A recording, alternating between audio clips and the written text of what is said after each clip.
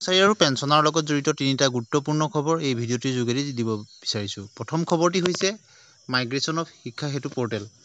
আপোনালোকে স্ক্ৰীনত নিশ্চয় দেখিছে মিছন ডাইৰেক্টৰ সমগ্ৰ শিক্ষা অসমৰ ফালৰ পৰা এই জাননীখন দিয়া হৈছে আৰু কোৱা হৈছে যে with reference to the subject cited above it is to inform you that the migration of Shiksha Setu application from state data centre to the cloud to is going on, অৰ্থাৎ শিক্ষা সেতুৰ এপ্লিকেশ্যনটো ষ্টেট ডাটা চেণ্টাৰৰ পৰা ক্লাউডলৈ মাইগ্ৰেশ্যন কৰা হৈছে আৰু as part of the migration process the Shiksha Setu application will be down 13 April 2025 to 18 April 2025। সেইকাৰণে 13 এপ্ৰিলৰ পৰা 18 এপ্ৰিললৈ ডাউন হৈ থাকিব শিক্ষা সেতু এপ্লিকেশ্যনটো।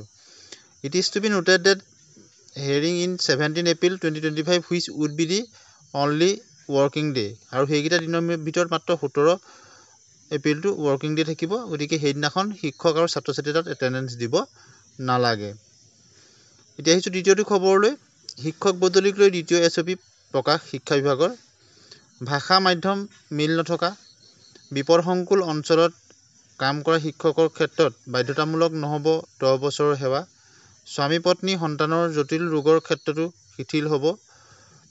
গতিকে দ্বিতীয়খন SOP জাৰি কৰিছে শিক্ষক নিযুক্তিৰ ক্ষেত্ৰত। যিহেতু শিক্ষক নিযুক্তিৰ প্ৰক্ৰিয়া চলি আছে, আপোনালোকে নিশ্চয় জানে শিক্ষক নিযুক্তিৰ যি মিউচুৱেল ট্ৰেন্সফাৰেই হওক বা ছিংগুল ট্ৰেন্সফাৰক চলি আছে, সেই বদলীকৰণৰ অনলাইন এপ্লিকেশ্যন আৰু সেই ক্ষেত্ৰত SOP প্ৰকাশ কৰিছে শিক্ষা বিভাগৰ ফালৰ পৰা।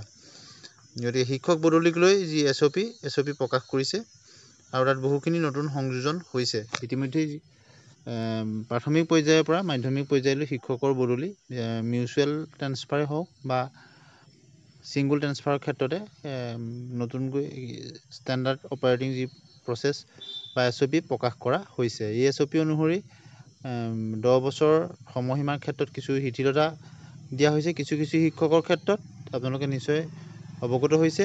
আৰু লগতে গতিকে শিক্ষকসকলে অনলাইন এপ্লিকেশ্যন কৰাৰ আগতে বদলিৰ কাৰণে এই SOP ভালদৰে চাই ল'ব লাগিব। এতিয়া আহিছোঁ অন্য এটা খবৰলৈ। 26ৰ বিধানসভা নিৰ্বাচনৰ পূৰ্বে পদ প্ৰাদেশিকৰণৰ প্ৰক্ৰিয়া সম্পন্ন কৰাৰ দাবী।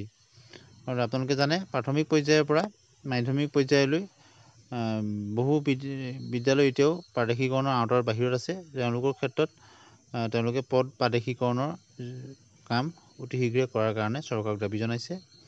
অন্য এটা খবৰলৈ আহিছোঁ। আপোনালোকে নিশ্চয় দেখিছে ইনস্পেক্টৰ অফ স্কুল অল লগতে দিয়া হৈছে regarding submission of the list of office assistant junior assistant government and provincialise secondary school who R presently drawing grade pay 6200।